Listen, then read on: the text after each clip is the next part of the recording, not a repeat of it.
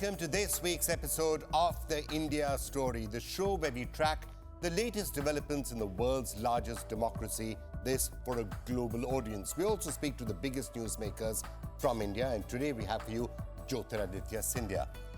Now, the India Story is a unique one, of course, because this, a country with more than 1.4 billion people, thousands of cultures, languages, interests, issues, problems, but also an infinite potential for growth. Last week, we covered the chapter about India's exponentially growing road network. Today's story is similar, but on a different level, quite literally.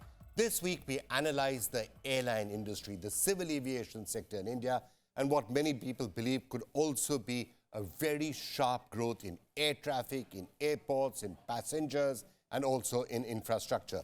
And we have a great show lined up for you today, starting with an exclusive conversation with the Union Minister for Civil Aviation, Jyotiraditya, Scindia.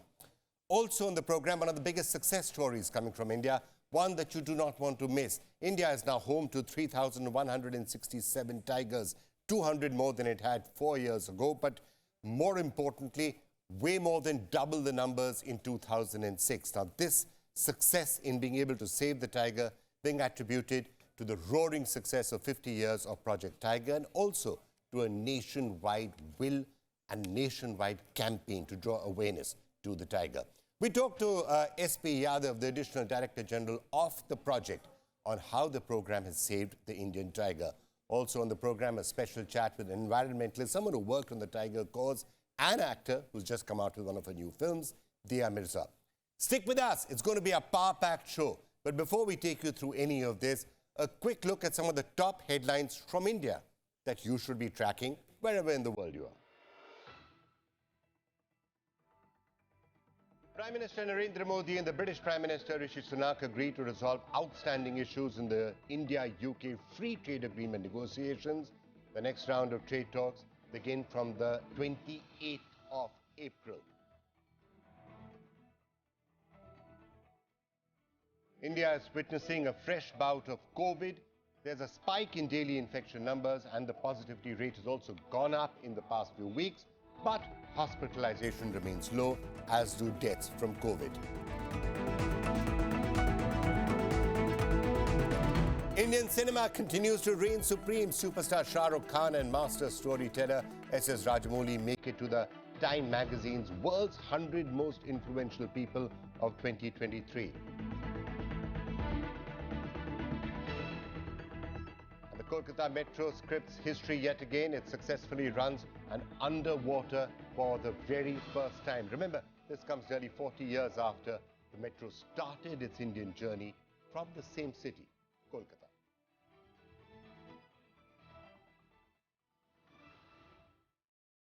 All right, I'm going to now bring you our special interview with the Civil Aviation Minister, Jyotiraditya Scindia. But before I do that, I just want to put these things into a certain amount of perspective. 15, 20, 30 years ago, if anybody had asked you what are the biggest factors that are holding back the India story, people would have said infrastructure. Look at the roads, look at the airports, the worst airports in the world. Look at trains, look at ports, look at... Basically, infrastructure was the big issue. I've been at Davos many times. People used to say, why can't India fix its infrastructure? Now, the good news, and this is the big picture, is that has started to be sorted out across the board when it comes to power, when it comes to the railways, when it comes to ports, when it comes to the roads, as we were discussing last week.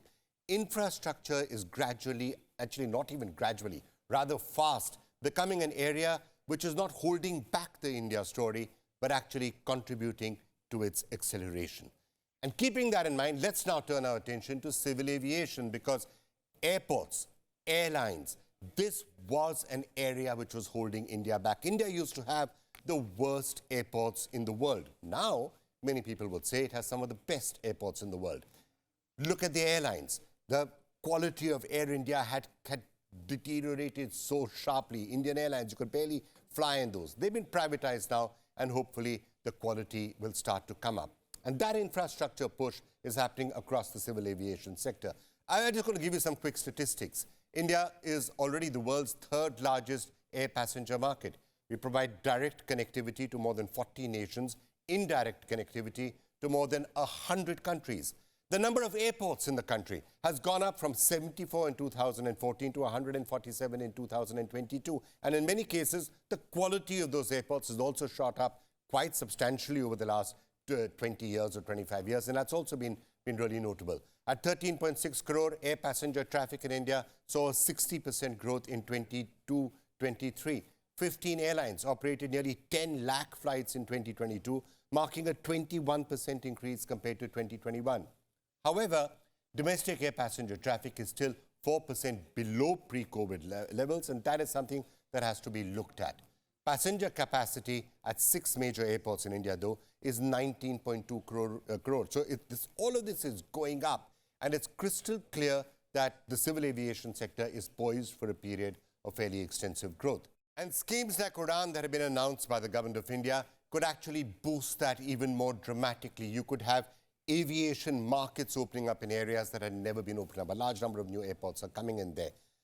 But why should you be interested in this wherever in the world you are? Because it's not just within India that the Indian civil aviation industry is making waves. India's growth story in air travel is providing a fillip to the global industry as well, specifically to aircraft manufacturers. In February this year, Air India announced the largest commercial aviation deal, not just in India, but in the world. The Tata-owned airline is buying 470 new planes from Airbus and Boeing. The deal likely to support 10 lakh jobs across 44 states in America. And that's not all, because there are around 1,200 aircraft on order by various Indian airlines. Indigo, for example, ordered 500. Go First, buying 72 planes. Akasa Air is going to acquire 56. Now, Vistara is buying 17. Of course, we'll have to see how that plays out with the merger.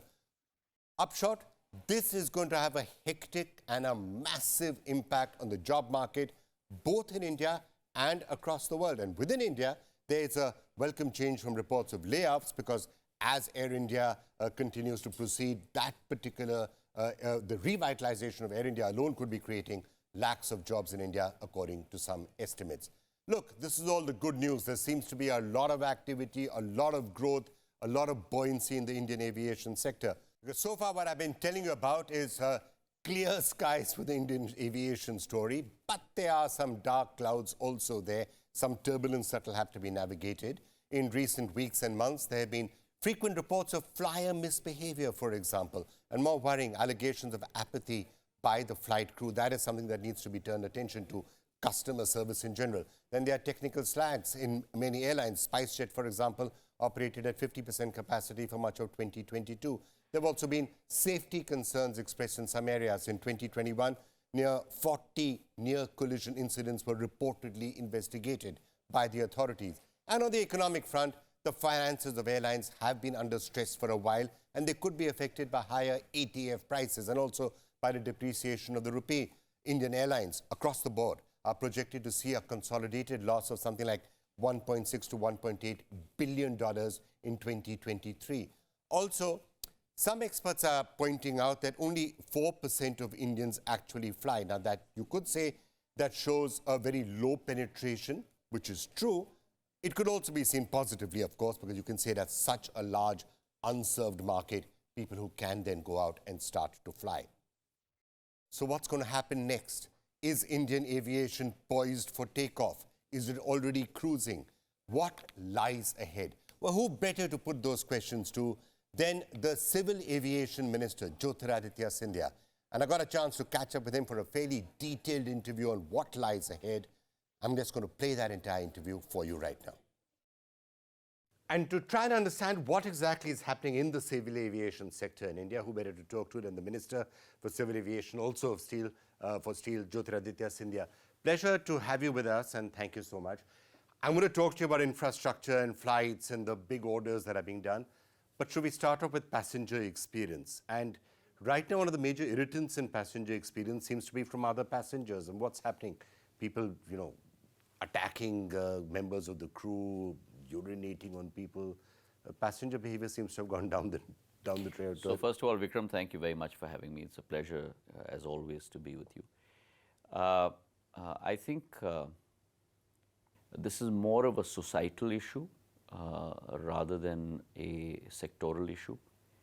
I think we must remember that when we use public transport, whether it be buses, trains, or automobiles or planes, we must be responsible not only towards ourselves but towards other co-passengers, human beings, and society. And yes, you do have those stray incidents, and this happens, as you've probably experienced yourself in the last couple of months on a worldwide basis.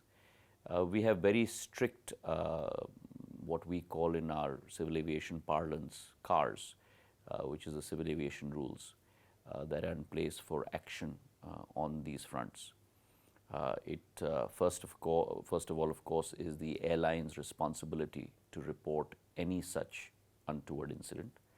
Once the airline does so through the pilot or the crew, then the civil authorities take over, and according to the Act, cases are filed or action is taken against the perpetrators, stroke perpetrators.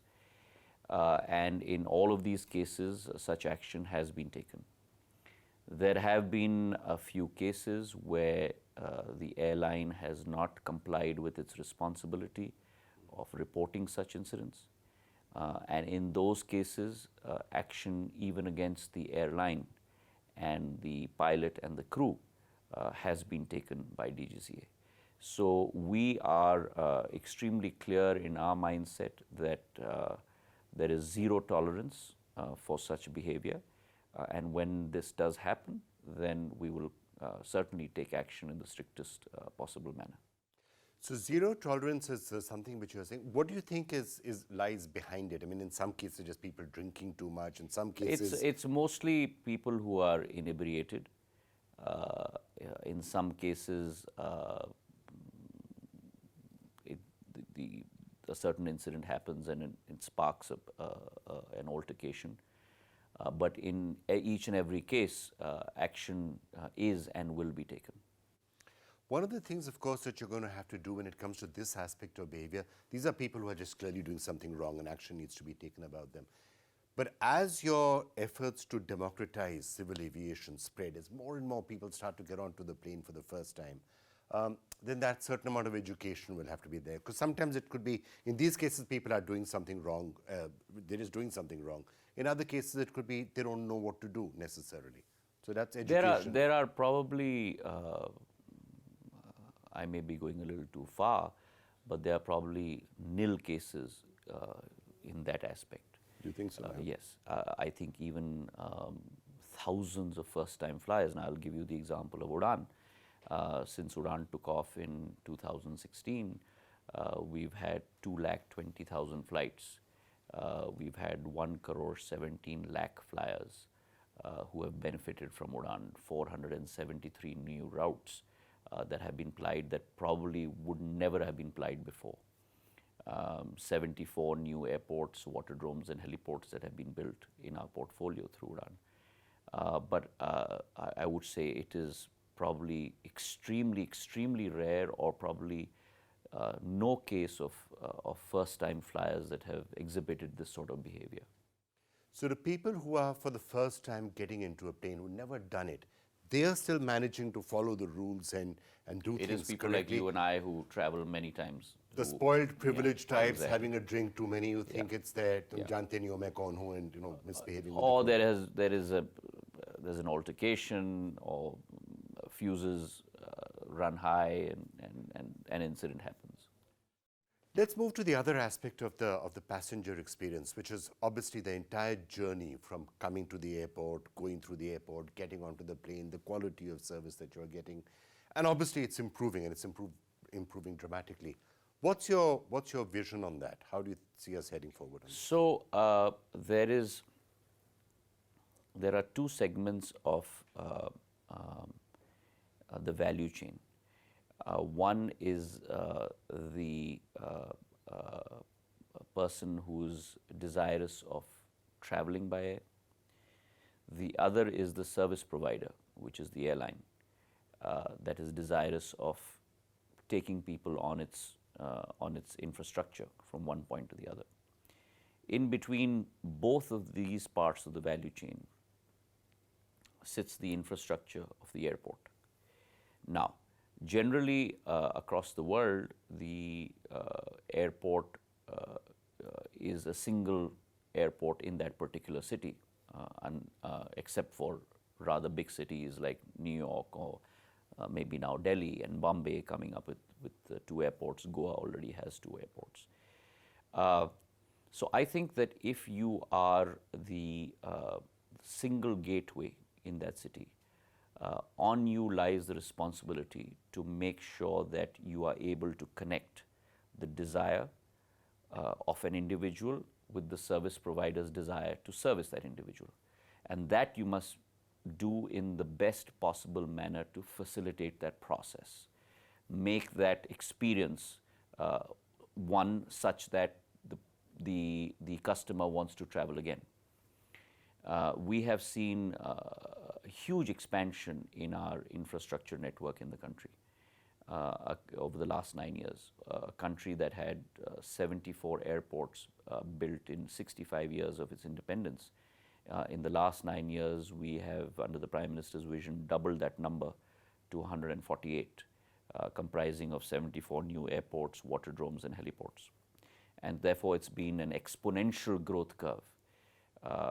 And let me, through you, also inform our viewers that this is only the beginning of the journey. Our target is to take that number of 148, number of 74, which has gone to 148, upwards of 200 in the next 3 to 4 years. So massive infrastructure is being built. But as we build that infrastructure, we must make the experience of the traveler also seamless through the airport. Which is why in the last year and a half, I have looked at the full operations process. We had certain clogging, if you will, or congestion in a number of airports last heavy season, October, November, because we were able to achieve numbers that were unfathomable before. Pre-COVID, our high was 420,000 odd passengers on a particular day. We broke that on multiple times during high season and then crested that actually in off season to almost 460,000. And that will only continue as more and more people are traveling, as more and more happens. Absolutely. So therefore, airports need to be constantly upgrading themselves, need to create many more entryways into airports, need to create many more check-in counters, need to create many more security lanes, and also make boarding much more easier. So 2 or 3 steps that we have taken. One, we have increased the number of entry gates in our metro airports, which were earlier restricted. Second, the security lines, which in an airport like Delhi, which is the largest airport in the country today. And among the top now increasingly in the world in terms of traffic. 70 million today, going to 109 million by this October, hopefully. One of the largest airports in the world. It will be close to being beyond Atlanta. There were only 12 security lines for the large number of traffic that was coming through. And I myself, as you remember, visited the airport, and in a period of almost about 2 months, we've increased from 12 security lines to 25 security lines. That certainly cuts down the congestion.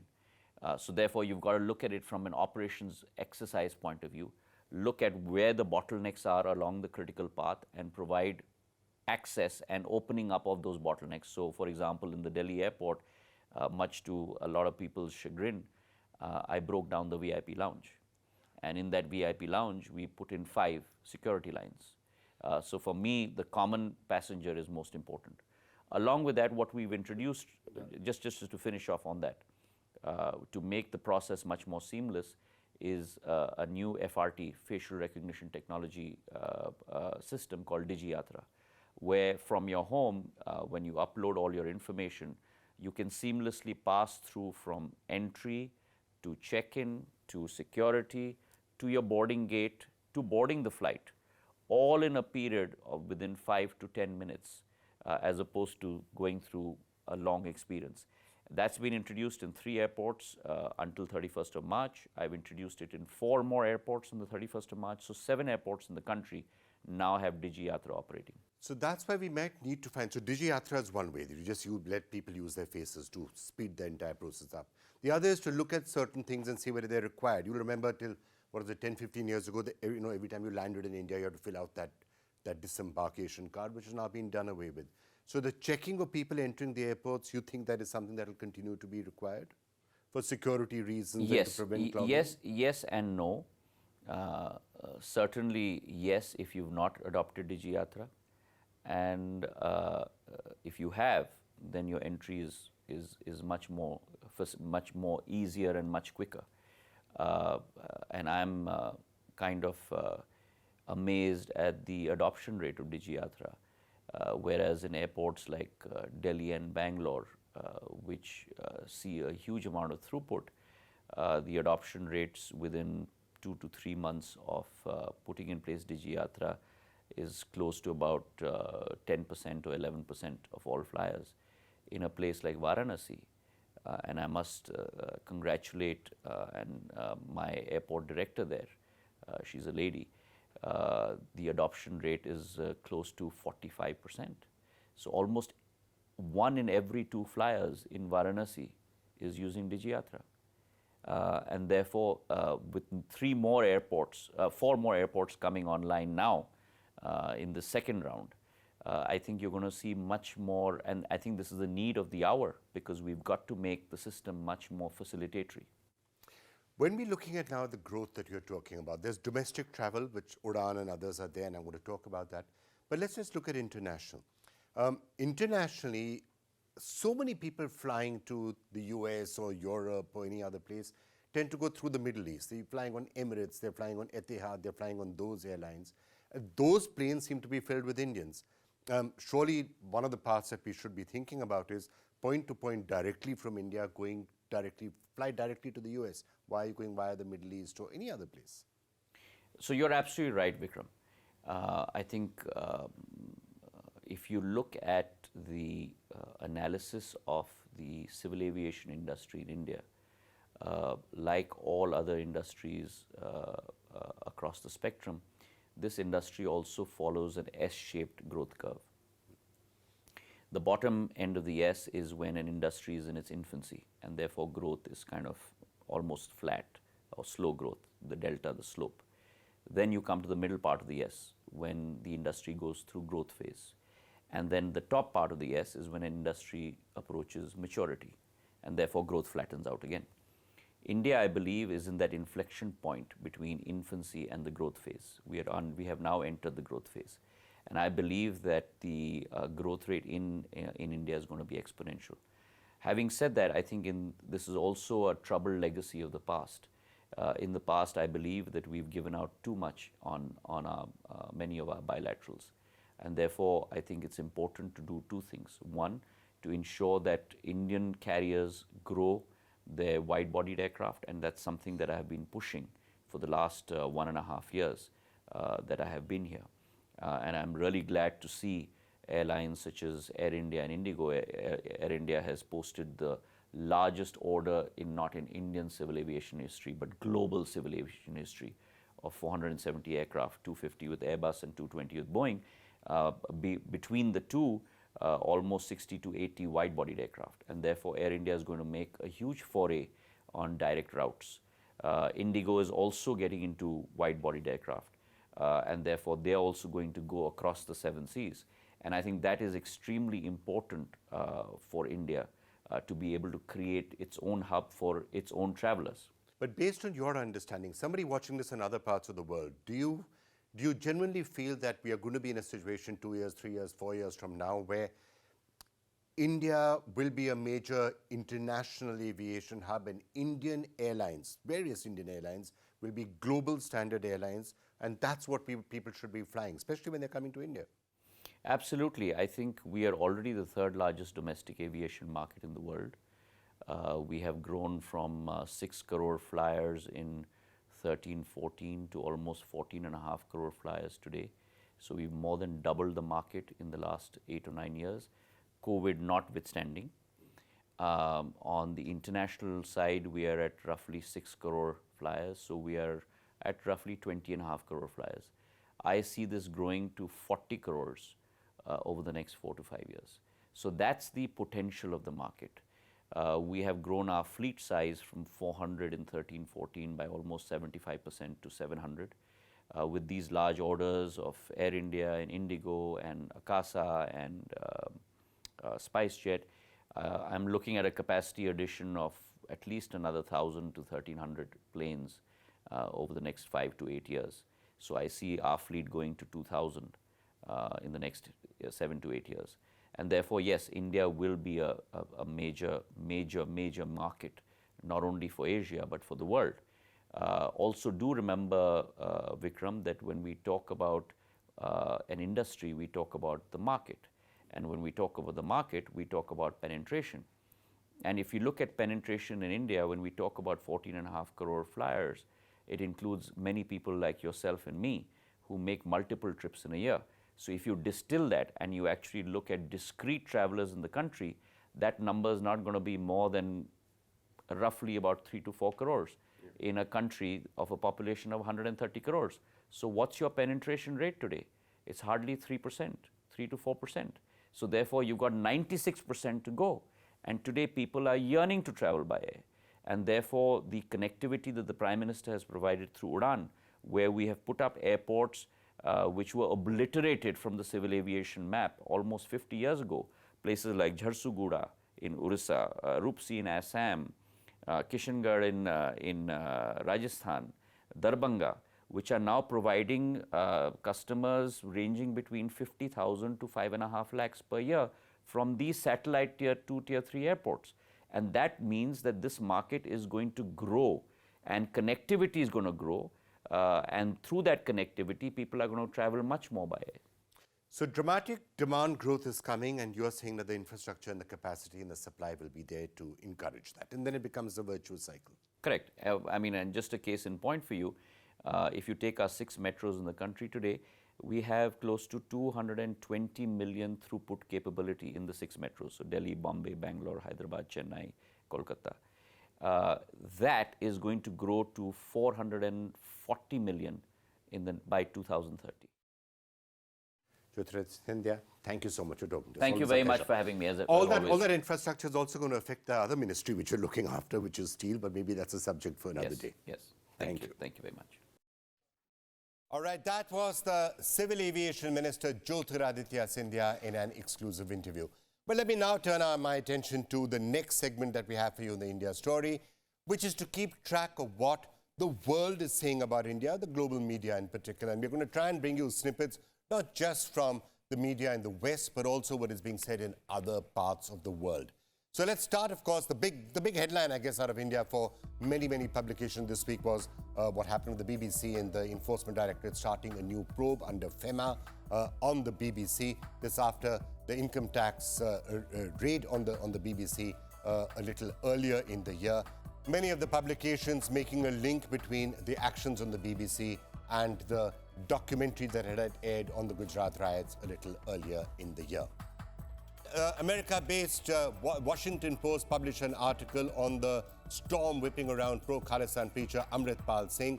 This piece in the Washington Post says that some of the supporters of the Khalistan movement are using automated Twitter accounts to promote acts of vandalism and even violence. The Washington Post report adds that Twitter is slow to act against them as the messages are too numerous and the company's safety staff is struggling with reduced strength since Elon Musk's takeover. So automated accounts from members in the Khalistan movement trying to whip up violence. Let's turn our attention now to some of the press coming out of Hong Kong and China, and frankly, you can never expect it to be particularly good about India. So this article in the Hong Kong-based Asian Times insinuated that there are no good jobs in India. Everyone, of course, has been talking about the fact that while China's population is declining, India has the chance to gain the upper hand because of its large young population. This piece in the Asian Times was claiming that India's demographic advantage can turn into a burden if not given quality employment. The author of this article says that only half of India's working age population actually has work, and that 1.2 2 crore jobs need to be created every year. Now, interestingly, China's Daily.com published a report quoting the chief of the World Bank, David Malpass, saying that China and India are the two exceptions to the slowdown that the world has been witnessing this year. Malpass said that while China's economy is rebounding, India continues to be one of the fastest growing major economies. He did say that foreign capital will be required to fund India's growth story, but Malpass did warn that a group of advanced economies are actually swallowing up a lot of the available global capital.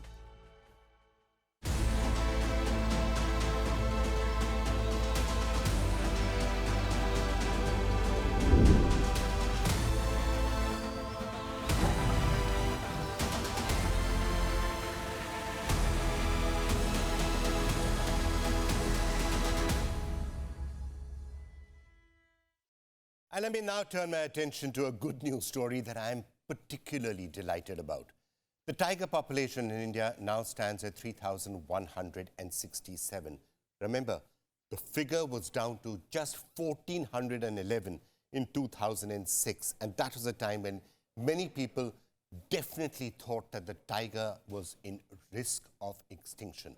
Now, you would say that 3,167 is not that big a number. And it is true, this is still way lower than what it was at the time of independence. But it's not just a big deal, it's actually a huge success story. And it's a success not just of India, but of the entire world. Let me just put some numbers in front of you to try and bring things into perspective. Tigers once roamed across Asia. Their number was as high as 1 lakh at the start of the 20th century. Although they'd been hunted for nearly 1,000 years, their numbers really began falling very, very steeply as human population, as agricultural expansion, as deforestation, and as infrastructure fragmented tiger habitats. Only 5,000 to 7,500 were left in the wild as the 20th century drew to a close. Now, India is believed to have had a tiger population of around 40,000 at the time of independence. But over subsequent decades, this declined, and it hit a record low of 1,411 in 2006. And at that time, the Panna and the Sariska tiger reserves lost all of their native tigers. Poaching, at this time, unregulated poaching had accelerated the decline in tiger numbers. And there was a real fear of extinction of the tiger. This, by the way, was despite a long period where India had been trying to protect the tiger, ever since Project Tiger was launched. In 1972, India officially banned tiger hunting. The next year, in 1973, India launched Project Tiger, a one-of-its-kind conservation program to save the big cats from going extinct.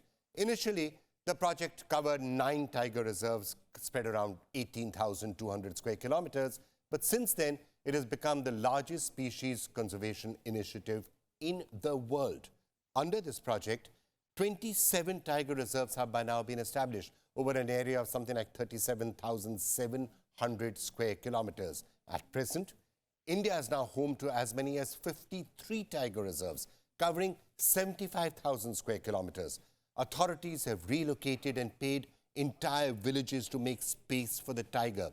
They have created wildlife corridors to link their fragmented habitats. Project Tiger generates more than 45 lakh man-days of employment for local people annually. But as I was saying, by 2006, despite all the efforts that had been taken under Project Tiger, there was a real concern that the tiger was going to go extinct. Since 2006, though, it has been a different story, and a very positive story. And specifically, it's been an Indian success story because, unfortunately, in other parts of the world, the tigers haven't really started to rebound. Not quite in the manner that has started to happen in India. And because of the crisis in 2006 and that 1,411 number, and the fact that the tigers had gone extinct in places like Panna and in Sariska, there was a nationwide awareness campaign. There was an entire Save the Tiger campaign that started to roll. A lot of awareness was created, and people started to worry about the tiger. And that did lead to change. That change is reflected in actual hard numbers. Look at the census. The census, initiated under Project Tiger, was the first time that real numbers of tiger populations had started to emerge. The comprehensive survey is conducted every 4 years and is based on information collected by wildlife officials across 380,000 square kilometers of land. It also draws on data collected from camera traps in known tiger habitats. The census has revealed that the tiger population has been steadily climbing from 1,411 in 2006 to 1,706 in 2010, signs of stabilization there. Then 2,226 in 2014, 2,967 in 2018, and now 3,167 in 2022. Now, it's an increase of 200 tigers in the last 4 years, but also a sign of some plateauing. It's only about a 4 to 6% growth rate right now in the last 4 years compared to a sharper growth rate earlier. It could be because tiger habitats have started to get crowded. The latest tiger census covered forested habitats in 20 states of the country. A foot survey of some 641,000 kilometers was done looking for carnivore signs in prey abundance. Camera traps were set up at 32,588 locations. They generated 47 million photographs, of which 97,000 were of tigers, they noted. Clearly, the conservation efforts have paid off, and India has every reason to be proud of that. At least for the moment, it seems that the tiger is safe from extinction. But, and this is an important but, some concerns still remain. India is now home to 70% of the world's wild tiger population, which stands at about 4,500. But those numbers are on only 25% of the total tiger habitat. What does that mean? India's tiger numbers are actually very high compared to the rest of the world, but the tiger habitat is small compared to the rest of the world. The rest of the world needs to get their tiger number up, and India needs to get the tiger habitat up. Not only the core zones, but even the buffer zones are now seeing an explosion in the tiger population. More and more tigers are coming into the buffer zones. That means there is a chance of human-animal conflict because tigers are solitary and territorial creatures. They roam, they go from one place to the other. As their population increases and as the basic core tiger reserves become overcrowded, the tigers will try and find other places to go. And that means they could come into conflict with humans. Also, you will have other issues. The worsening climate crisis spells trouble for all vulnerable habitats, and that is still a problem. Illegal poaching still continues, although it is down from what it was in that 2006 to 2008 period, and it still does exist, and it is not something that can be ruled out completely. Well, who better to tell us about the future of the tiger in India than Dr. S.P. Yadav, Member Secretary of the Tiger Conservation Authority, who's been very, very closely involved with Project Tiger and playing an important role in saving the tiger. Dr. Yadav, thank you so much for joining us. So, a proud moment, there's some plateauing in growth, but 3,167 compared to 1,411. I look back at that period, 2006, 2008, 2010, when it looked like the tiger was about to go extinct in India. The campaigns and the efforts that people have put in, it seems that the situation is much better now. Yeah, thank you, Vikram. It's definitely a remarkable turnaround because tiger population is still endangered at the global level. The tiger population in several countries is going down. In some countries, it is either stable or almost extinct. So the achievement of India is definitely praiseworthy. All right, sir. Now, when I look back to that period, 2000 to 2010, when we were doing the Save the Tiger campaigns and things like that, it was very clear that what was leading to the immediate crisis were poaching gangs. Panna, Sariska, poaching gangs had wiped out all tigers out there. Is that under control now? Have the poaching gangs, the organized poaching gangs, have they been tackled? You are right. We lost all our tigers in Sariska Tiger Reserves way back in 2005, and the same thing was repeated in Panna. We lost all our tigers in 2008. But this Sariska Tiger Reserves debacle was kind of eye-opener, and the government of India appointed a task force, and our Wildlife Protection Act was amended. And then the this saw that creation of National Tiger Conservation Authority and Wildlife Crime Control Bureau, and things have changed a lot from that time. Now the poaching is very, very controlled. There is if you compare the past with the present, I would say that poaching has gone down in our country. In fact, in our country, the poaching takes place not because there is demand in our country, but demand exists in other consumer countries. That leads poaching in India. So, but the situation is satisfactory now. But I would say that poaching is still the biggest threat. We cannot be complacent, and we cannot. So we need to be smarter than poachers. So poaching, you're saying, is somewhat under control, although we have to be watchful. The other challenge at that time when the tiger was in crisis used to be the question around forest guards. There weren't enough forest guards. Large number of national parks and reserves did not have the guards that they needed, which is why the tiger was under threat. What is the situation on that right now? Do you think there's enough personnel now to be able to protect the tigers? In fact, tigers are found in 18 of our states, and the situation is improving, but I won't say that it is satisfactory. Many states, they have done fresh recruitment, and the positions are filled, but many states, they are still coming up with recruitment, and still they are filling the seat. But the government of India provides generous support to the state government through the ongoing centrally sponsored scheme of Project Tiger. And these vacant positions, the state governments, they deploy the contractual employees or casual employees to compensate the gap in the staffing pattern.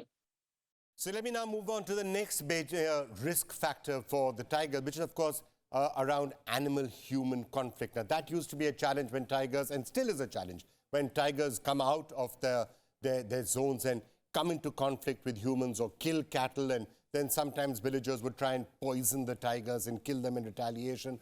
That's regrettable. How do you rate that? Is that still a risk factor that we need to worry about right now, or has that stabilized? I would say that because of this increasing population of tigers in certain pockets of the country, the biggest challenge today before the protected area manager is the human-tiger conflict. As far as tiger conservation or tiger reserve management goes, there are certain areas where the tigers, as you very well know, that when the cubs are born, the cubs, they remain with the mother for 2 to 3 years. Then after that, they disperse. Tiger is a solitary animal. So they disperse in order to establish their own territory. They are territorial animals. So if they fight with the existing territorial tigers, dominant tigers, if they succeed, they establish their territory inside. If they don't succeed in that fight or struggle, they move outside. That's why we need the corridors. Once they move outside, seldom it happens that they stray into the human-dominated landscapes and conflict takes place. Also, the aged old tigers or injured tigers, which are not able to hunt in the wild, they often come out into the human-dominated landscape. And but let me tell you that because of our funding support, National Tiger Conservation Authority has also developed standard operating procedure. We are continuously supporting the state governments for the capacity building of staff. There are early warning systems, alert systems deployed in the fields. So we are fully prepared to take on head-on this challenge of human-tiger conflict. But still, it is definitely an issue which requires a lot of attention from the field staff and the functionaries. And technology is helping a lot in tackling human-tiger conflict. So there would be two possible ways of doing that then, right? One is the natural migration of tigers, which would require corridors. So as tigers become heavily populated in one particular area, they can move from high density to low density areas through wildlife corridors. That's one option. Second option is to do, for example, what's been done with the cheetahs, where we actually, tranquilize a tiger and then move the tiger to a completely new location. Which of the two do you think you're going to be trying, or will you try both? So you are absolutely right. It's not that either of one, it's both. Through corridors, the natural dispersal of tigers takes place. But if you see the Sariska and Panna, we were the first in the world to successfully reintroduce tigers here.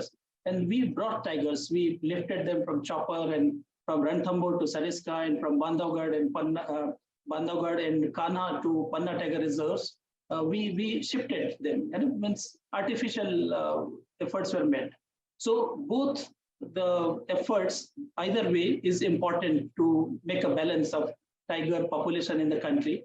And if you see recently also, we have translocated and released tigers in Madhav National Park. See Mukundra Tiger Reserve in Rajasthan, Ramgarh Vishdhari Tiger Reserve in Rajasthan. They were density was very low. We translocated tigers. from Ranthambore, where population is increasing, to Ramgarh Vishtari and Mukundara, and similarly on the western part of Rajaji, we brought and translocated tigers from Corbett Tiger Reserves. So besides the natural dispersal of tigers through corridors, we are supplementing, augmenting tiger population through these means using technology and all scientific monitoring of the population.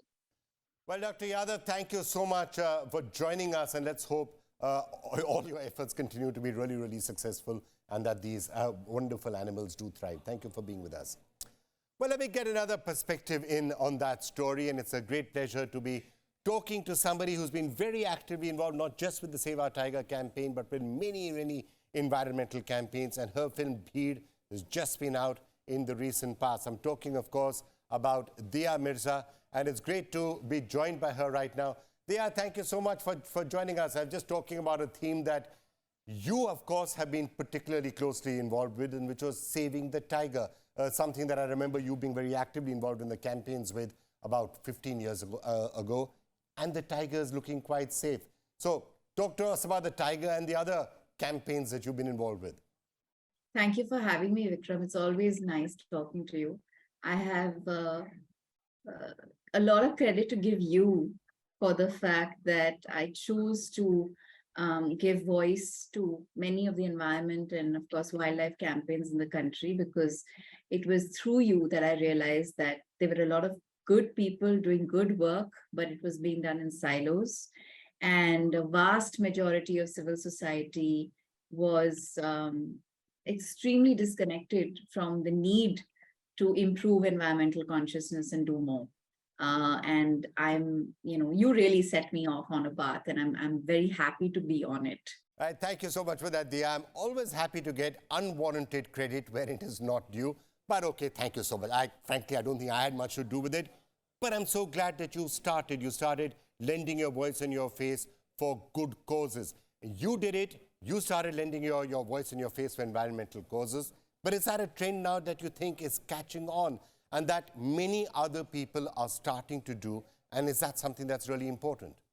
Oh, absolutely. We recognized when we started that tiger campaign, when we said we only had 1,400 left, that we needed to do so much more. I remember discovering how our forest rangers would walk close to 25 kilometers a day, bare feet sometimes, or in literally rubber chappals, not have adequate, just amenities and uniform and things that they needed to survive the extremities of the work that they did. And then, of course, over the years, I've discovered so much more. But it's a win in terms of the rise in numbers, surely. But unfortunately, the rise from the last count to the one that we're looking at right now is not much to celebrate, because it's also pretty evident that we're losing many more tigers to disconnected forests, to all kinds of conflict arising out of man-animal interactions. And we need to do a lot more to improve on that situation. Having said that, I think India is a great example of how a program like Project Tiger can not just secured habitats for tigers, but also secured biodiversity habitats for so many other species. And we always say that the tiger is the metaphor for all nature. So when we save our tigers, we're actually saving ourselves sources of fresh water and so much more that we need for our health and survival. Right. Now, when you're talking about numbers starting to plateau, is it that potentially we are starting to hit the carrying capacity for the habitat for the tiger and for many other animals? So you're going to have to figure out how do we create the habitats where more and more animals can actually thrive. Otherwise, you will hit a limit. You can't go on increasing the numbers without expanding the habitat. Yeah, that's the evidence that is coming forward. At least that's what all the scientists are saying. And it's not hard to understand. Each tiger, a male tiger needs a certain amount of area to survive. And there is with the rise in numbers, there is a shortfall of that area, and when they start moving from one forest to another, from one in search of more area, they usually get killed. I recently I was looking at something that Anish Andheria was talking about, and he said that the Western Ghats was supposed to be like a prime forest area for tigers, but not anymore, because there's a lot of disconnection that is happening, and that's not helping. But I think realistically, we are the world's largest, have the world's largest wild tiger population, which is a great win, and it's a wonderful thing. But we do need to consider how much more area we can give our tigers, and how, actually more than just giving more areas, how can we better connect our forests and keep those connections, corridors secure? You are extending some of the activism that you often do also into the films that you're doing. So speaking of Bheed, your latest film, it's about migrants and it's about their experience during COVID. Tell us a little bit about that. I feel like I'm on a path where all of my choices are aligned. I am fortunate enough to be a part of stories that really are focused on just improving, consciousness, helping people make better choices, but also kind of giving people the opportunity to discover the truth. And Bheed was a very brave film. The director chose to talk about a subject that I don't know many filmmakers would be brave enough to speak about and tell an entire story on, especially given the backdrop of the migrant crisis. And of course, he not only delved in the subject of the crisis itself, but also spoke about the caste system, and there's so many layers within the narrative that are so integral to the storytelling, and I feel so proud that we were able to tell the story. I feel like it's an academic film, Vikram. It's a film for the ages. People will look back at this story and learn a lot from it. But more than anything else, it was a call to conscience, and it's a deeply empathetic storytelling, and I'm very proud of it. All right, Dia, thanks a lot for joining us. Great chatting with you as always. And that's all we have for you this week on The India Story. But do remember to keep watching us every week to get a sense of what's really happening in the world's largest democracy and the fastest growing economy.